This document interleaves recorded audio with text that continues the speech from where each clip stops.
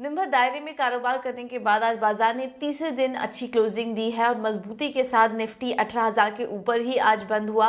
Sensex की बात करेंगे तो 227 अंक ऊपर और बैंक निफ्टी में भी दिन भर उतार चढ़ाव दिखने के बाद 90 अंक ऊपर बैंक निफ्टी की भी क्लोजिंग देखने को मिली है। नतीजों के पहले हमने देखा कि आईटी शेयरों में काफी शानदार तेजी थी। कल कुछ दिग्गज आईटी कंपनियों के नतीजे भी आने वाले हैं जिस पर कि हमारी नजर रहेगी और उसके पहले आज आईटी शेयरों में जमकर खरीदारी देखने को मिली, लार्ज कैप और मिड कैप दोनों ही स्पेस में। इसके अलावा आईटी को छोड़ दे तो आप फार्मा और एनर्जी शेयरों में भी अच्छी खरीदारी थी। वहीं मेटल शेयरों में आज दिन भर कमजोरी के साथ कारोबार देखने को मिला। इसमें आज मिड कैप और स्मॉल कैप इंडेक्स, अगर ब्रॉडर इंडाइसेस की भी बात करें तो वहां पर भी अच्छी तेजी आज दिन भर के सेशन में देखने को मिली है।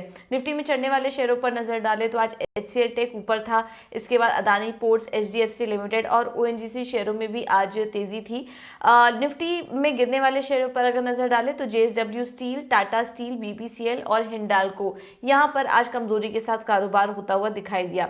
Mid cap large cap IT शेयरों में तो खरीदारी थी ही। मिड कैप आईटी शेयरों में भी एचजीएस, नेल्को, एचसीएल इन्फो और कोफोर्ज में भी आज दिन भर अच्छी खरीदारी देखने को मिली है।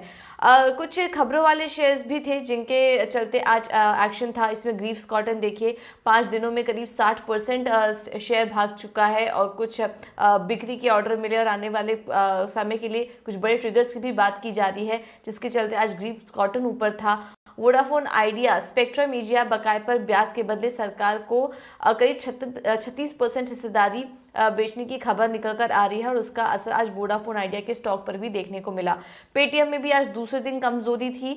मैक्वारी ने लक्ष्य घटा दिया था, इसके चलते दिसंबर तिमाही के दमदार बिजनेस के आंकड़े आए थे। उसके बावजूद पेटीएम में उसका असर नहीं दिखा और स्टॉक अपने दिन के निचले स्तर पर आज ही बंद हुआ, करीब 3.5% नीचे। इन सब के अलावा आज एक और सेक्टर बजिंग था, पीएसयू शेयर्स, वहां पर भी अच्छी खरीदारी थी जिसमें कि जीएमडीसी, भारत डायनेमिक्स, मॉइल और आरसीएफ ये भी कुछ स्टॉक्स थे जो कि आज तेजी के साथ कारोबार कर रहे थे। तो बाजार की इस चाल में कौन कौन से सेक्टर्स आपको मुनाफा कमा कर देंगे? हमने कई दिग्गजों से बात की हमारे चैनल पर, तो कार्नेलियन कैपिटल के विकास खेमानी का क्या कहना है, आइए आपको सुनाते हैं।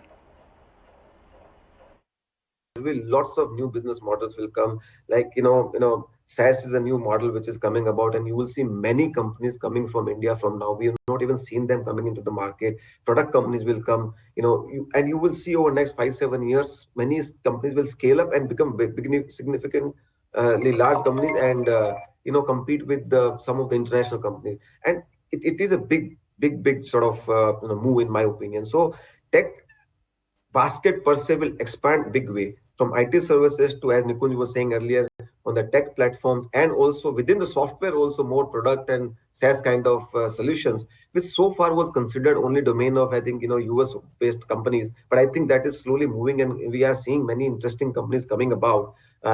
Most of them are still in private space, but you will see many of them coming to the market in times to come. So it's a sort of as you rightly said, that in a product company, in a platform-oriented company, operating leverages are very high. So as the scale builds up, as growth builds up, your profitability kind of tends to go up, and that's the reason they tend to trade at a higher valuation than a traditional IT services company. So so one has to look at, in my opinion, tech will become a very large part of the overall market, market cap over next 3, 4, 5 years. We are already beginning to see, but what we have seen is only a tip of iceberg. I think we will see much more in times to come.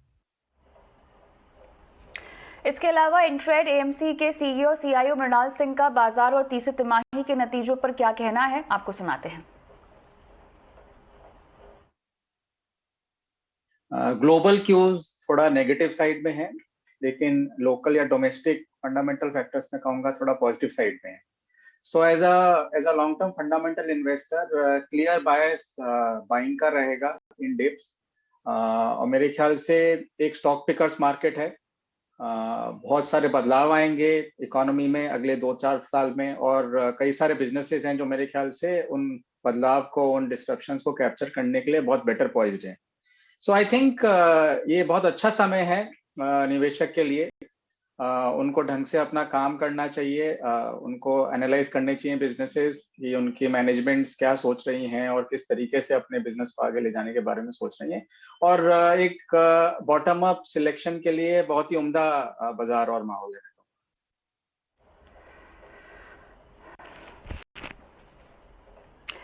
चलिए आगे बढ़ते हैं। कल 3 दिग्गज IT कंपनियों TCS, Wipro, Infosys अपने अपने नतीजे जारी करेंगे, जबकि एचसीएल टेक शुक्रवार को अपने नंबर्स जारी करेगा। आईटी कंपनियों के नतीजे इस बार कैसे रह सकते हैं, शरद दुबे हमारे सहयोगी बता रहे हैं। तीसरी तिमाही का अपडेट रहेगा आईटी सेक्टर के लिए और हम लोग प्रीव्यू देख रहे हैं। यहाँ पे एक्सपेक्टेशंस अनुमान बहुत अच्छे दिख रहे हैं। यहाँ पे डिसेंट क्वार्टर का एक्सपेक्टेशन और लगातार चौथे क्वार्टर पे एक टॉप लाइन आउट परफॉर्मेंस का जो है अनुमान लगाया जा रहा है मार्केट में। लेकिन हालांकि याद रखिए आईटी सेक्टर में ये एक सीजनली वीक क्वार्टर माना जाता है। अब ये 4 जो टॉप 4 आईटी कंपनीज है, इनके जो अगर रेवेन्यू ग्रोथ देखे तिमाही दे तिमाही आपके कांस्टेंट करेंसी टर्म से, तो लगभग 3 से लेकर 4.5% तक का ग्रोथ देखने मिलेगा। लेकिन याद रखिए क्रॉस करेंसी लॉस का भी एक कंपोनेंट है जो 60 से लेकर 90 बेसिस पॉइंट्स तक लग सकता है, जहां पे यूएसडी ग्रोथ आपके 2 से लेकर 4% तक हो जाएगा तिमाही दे तिमाही। अगर देखा जाए तो सैलरी हाइक्स भी एक इंपॉर्टेंट पोर्शन है जो मार्जिन पे इंपैक्ट करेंगे, स्पेशली इन्फोसिस और विप्रो के। यहाँ पे आप देख सकते हैं कि इन्फोसिस और विप्रो में लगभग 47 बेसिस पॉइंट्स का जो है एक नेगेटिव मार्जिन प्रेशर देखने मिल सकता है। तो मैनेजमेंट की कमेंट्री लेकिन बहुत इंपॉर्टेंट होगी। ये आपके जो सप्लाई जो साइड इश्यूज है, स्पेशली एट्रिशन लेवल्स, उस पे जो लेके एक इंपॉर्टेंट कमेंट्री देखनी होगी। और दूसरी बात है ऑर्डर बुक ग्रोथ की, स्पेशली जो डील विंस आ रहे हैं डिजिटल में, क्लाउड में, तो उसके जो ऑर्डर बुक कैसे है, कैसे उसकी विजिबिलिटी है, तो उस पर फोकस रहेगा। टीसीएस भी रहेगा फोकस में कंपनी स्पेसिफिक। यहाँ पे बायबैक को कंसिडर करेंगे। अपनी चौथी वाली जो क्वांटम है लगभग 16,000 करोड़ के लिए रहेगी। इन्फोसिस की भी बात कर लेते हैं। यहाँ पे डैमलर जो डील हुई है उसमें फुल कंट्रीब्यूशन इस तिमाही में देखने मिलेगा। याद रखिए दूसरी तिमाही में सिर्फ 2 महीने का कंट्रीब्यूशन इस डील का देखने मिला था और ये डील बहुत बड़ी थी। विप्रो में जो है ऑनशोर ऑफशोर मिक्स की जो मैनेजमेंट कमेंट्री है उस पर मेन फोकस रहेगा। और ऑफकोर्स जो current demand environment specially European markets में जैसे कि मैनेजमेंट चेंज हुई थी हाल में। और एचसीएल टेक आखिरी में स्टॉक रहेगा फोकस में। यहाँ पे एक सीजनैलिटी इंपैक्ट देखने मिल सकता है स्टॉक में और ये एक्चुअली बेनिफिट कर सकती है। ये बेनिफिट करेगी आपकी प्रोडक्ट बिजनेस सेगमेंट में। तो होपफुली एक अच्छे नतीजे का जो है चारों आईटी कंपनीज का जो एक्सपेक्टेशंस रहेगा इस बार।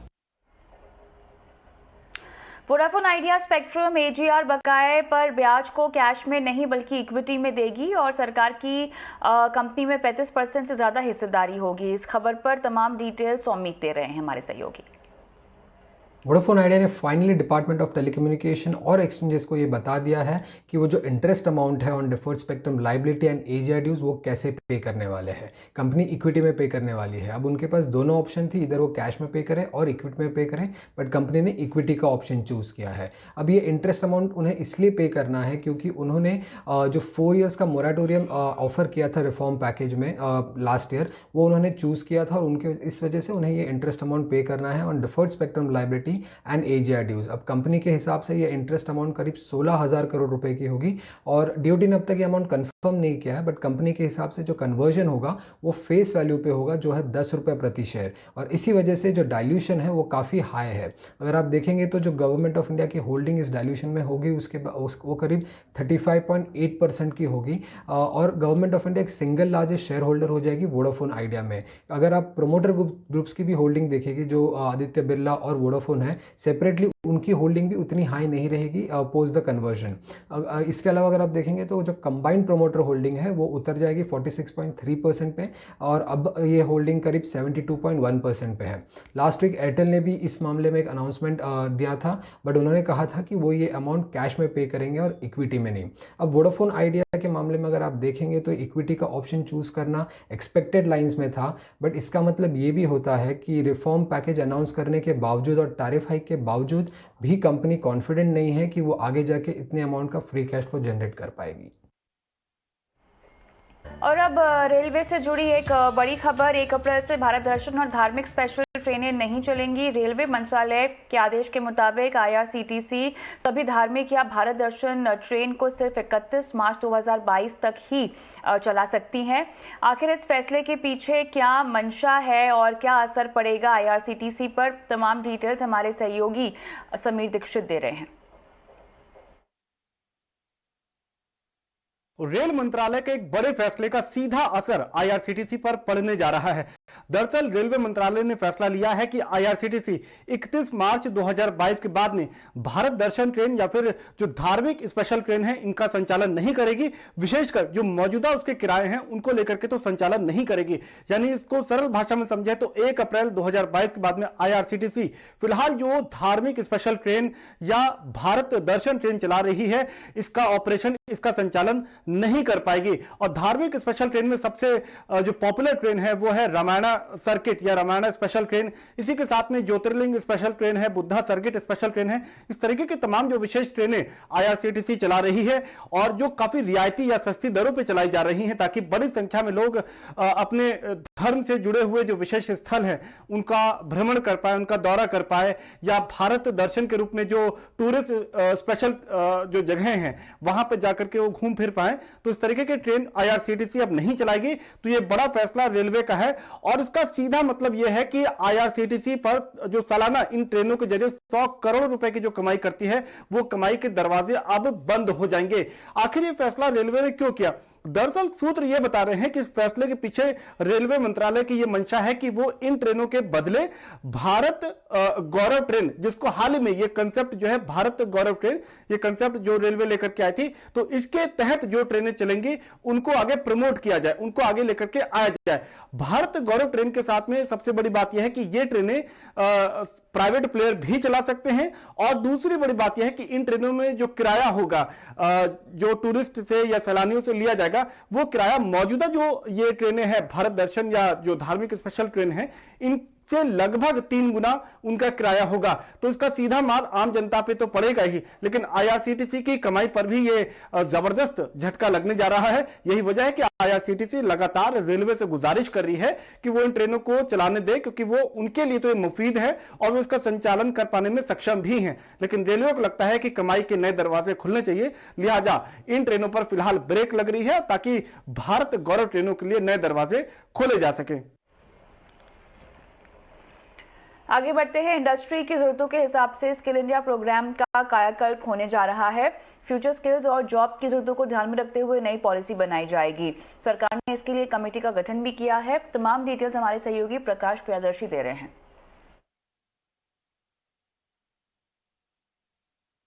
देखिए, कोविड-19 के बाद जो स्थितियां बनी है, वैसे में सरकार के सामने सबसे बड़ी चुनौती है रोजगार के नए अवसर पैदा करना।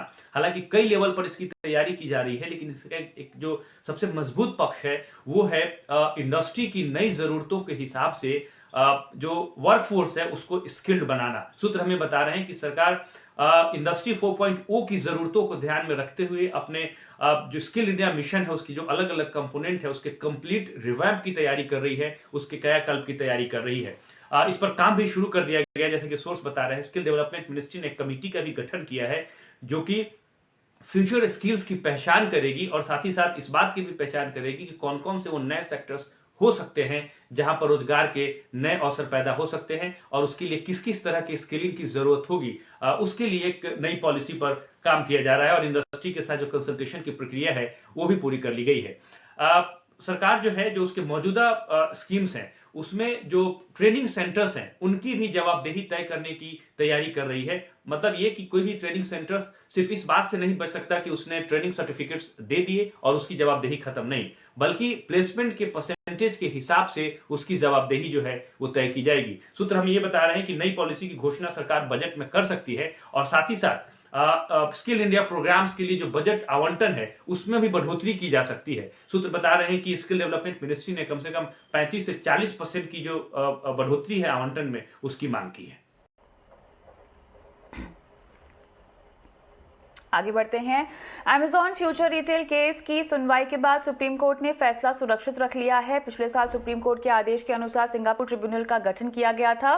इतना ही नहीं, कोर्ट के आदेश के बाद सीसीआई ने Amazon फ्यूचर कूपन्स मामले में अमेरिकी कंपनी को मिली मंजूरी को रद्द भी कर दिया था और सीसीआई ने Amazon पर मामले की सुनवाई के दौरान गलत और झूठे स्टेटमेंट्स देने का आरोप भी लगाया था। तमाम डिटेल्स इस खबर को लेकर अभिमन्यु शर्मा हमारे सहयोगी दे रहे हैं।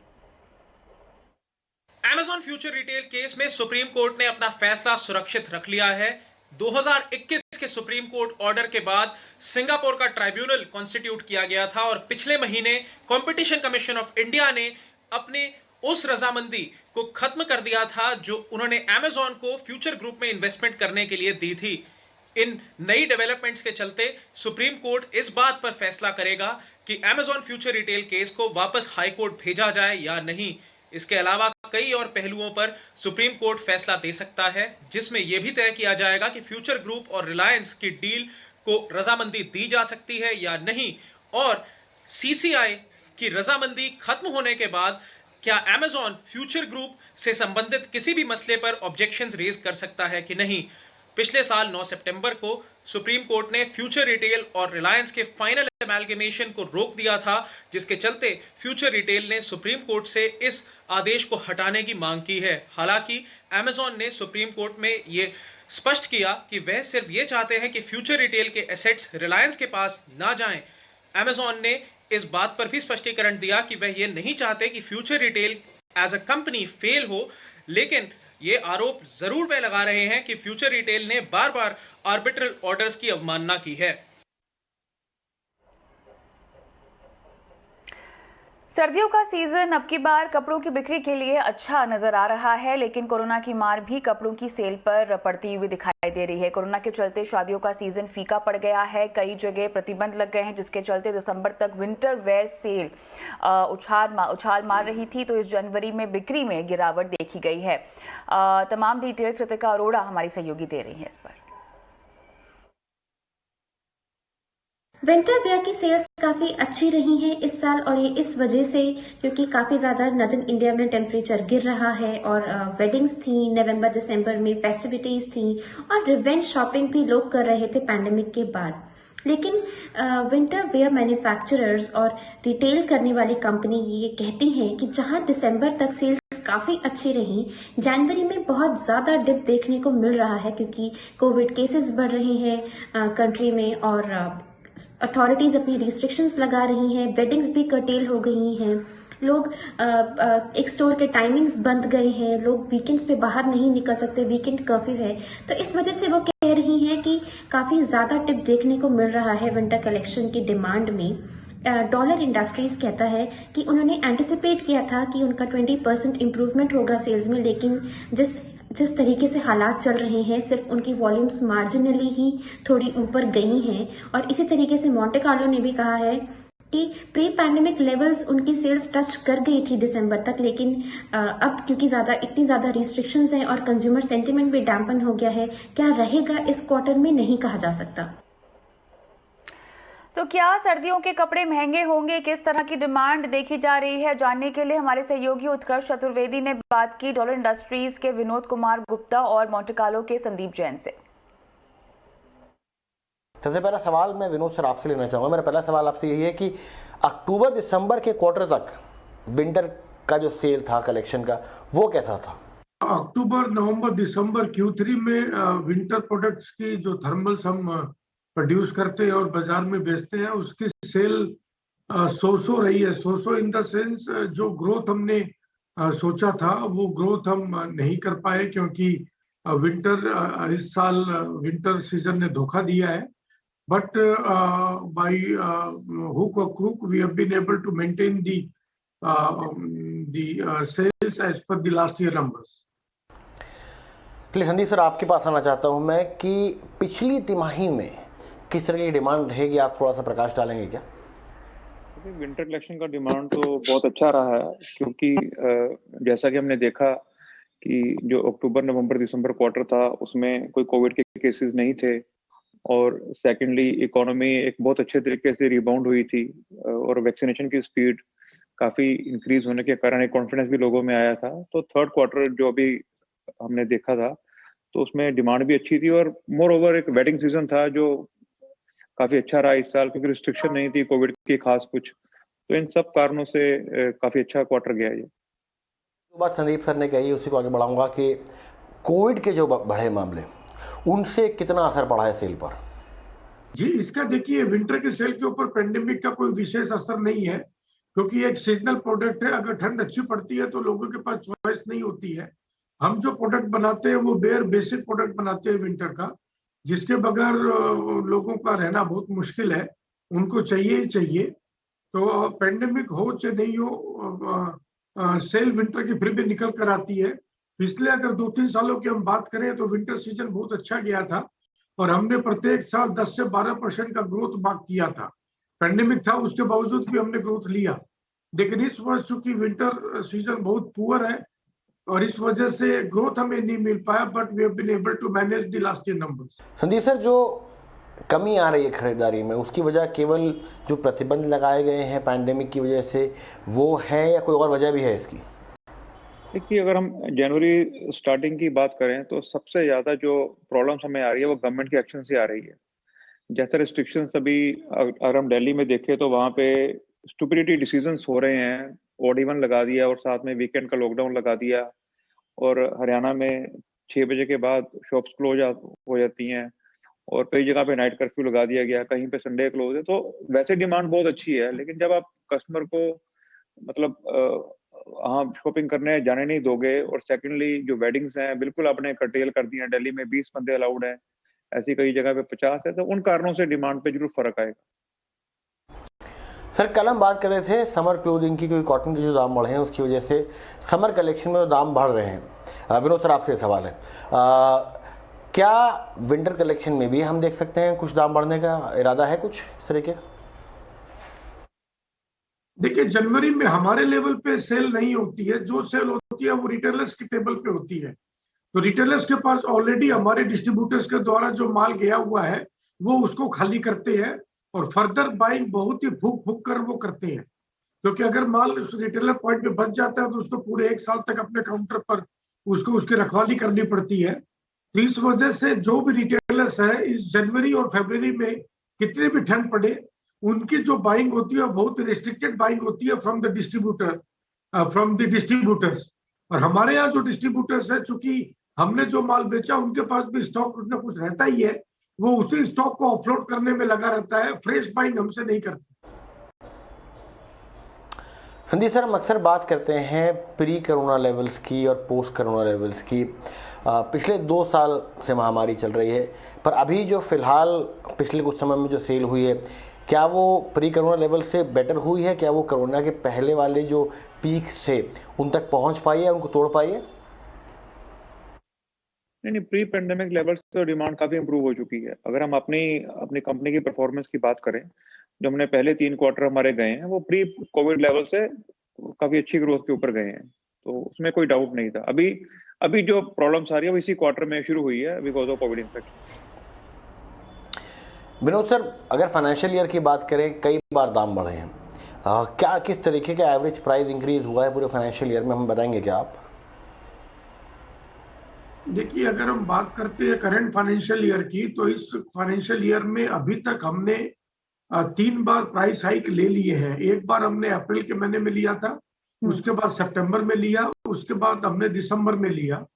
तीनों प्राइस हाइक अगर हम मिलाते हैं तो लगभग 13 से 14% का प्राइस हाइक हमने लिया है। और हमारे ट्रेड में प्राइस हाइक लेना हमारे लिए खूब ज्यादा मुश्किल का विषय नहीं है। जब भी हमारे रॉ मटेरियल प्राइसेस या अदर प्रोडक्शन कॉस्ट में कोई भी इजाफा होता है तो हम लोग इमीडिएटली एक एसोसिएशन की मीटिंग बुलाते हैं और उस एसोसिएशन में जितने भी हमारे मेंबर्स हैं उनके साथ प्राइस हाइक के ऊपर डिस्कशन होता है और उसको यूनिवर्सली हम लोग लागू कर देते हैं। चलिए, अब बात करते हैं देश में बढ़ रहे कोरोना के मामलों की। दिल्ली में कोरोना के मामलों में एक बार फिर से बढ़त देखने को मिल रही है। लेटेस्ट आंकड़ों के मुताबिक राजधानी में 21,000 नए मामले, जबकि पॉजिटिविटी रेट 25% से ज्यादा बना हुआ है। कोरोना संक्रमण के खतरे को देखते हुए पाबंदियां भी बढ़ाई गई हैं। दिल्ली सरकार ने सिर्फ छूट प्राप्त ऑफिसेस को छोड़कर बाकी सभी प्राइवेट दफ्तरों को बंद रखने का आदेश दिया है, वर्क फ्रॉम होम के लिए कहा है।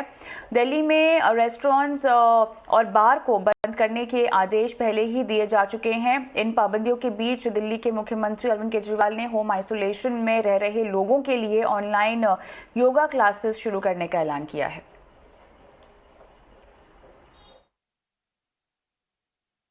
जो लोग होम आइसोलेशन में इस टाइम हैं उनके लिए स्पेशल योगा के और प्राणायाम के कुछ क्लासेस हम लोग शुरू कर रहे हैं।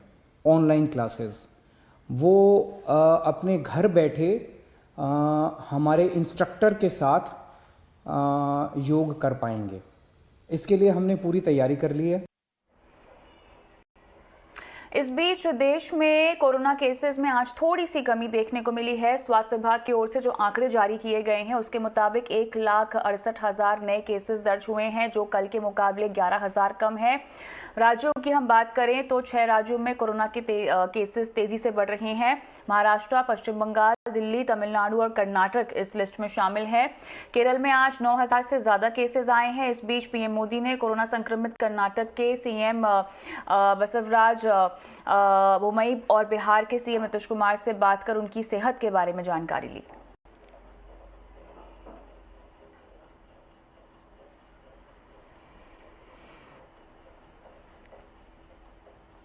और अब बात कोरोना के नए वेरिएंट ओमिक्रॉन की। आज आए आंकड़ों के मुताबिक देश में ओमिक्रॉन के आंकड़े 4,400 के पार चले गए हैं। ओमिक्रॉन संक्रमितों की लिस्ट में सबसे ज्यादा केसेस महाराष्ट्र में हैं।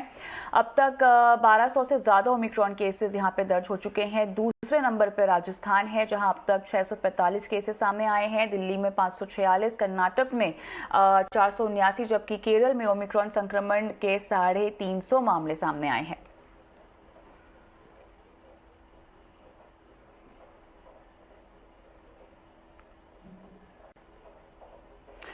भारत रत्न से सम्मानित लेजेंडरी सिंगर लता मंगेशकर भी कोविड की चपेट में आ गई हैं। उन्हें ब्रिज कैंडी हॉस्पिटल में आईसीयू में भर्ती कराया गया है। हालांकि लता मंगेशकर में कोविड के हल्के लक्षण देखे गए हैं, लेकिन उनकी उम्र को ध्यान में रखते हुए उन्हें अस्पताल में डॉक्टर्स की निगरानी में रखने का फैसला लिया गया है। खबर ये भी है कि उनकी तबीयत में सुधार हो रहा है।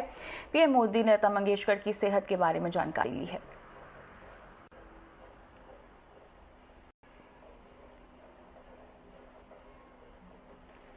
और स्वदेश और में इतना ही। दीजिए इजाजत। नमस्कार।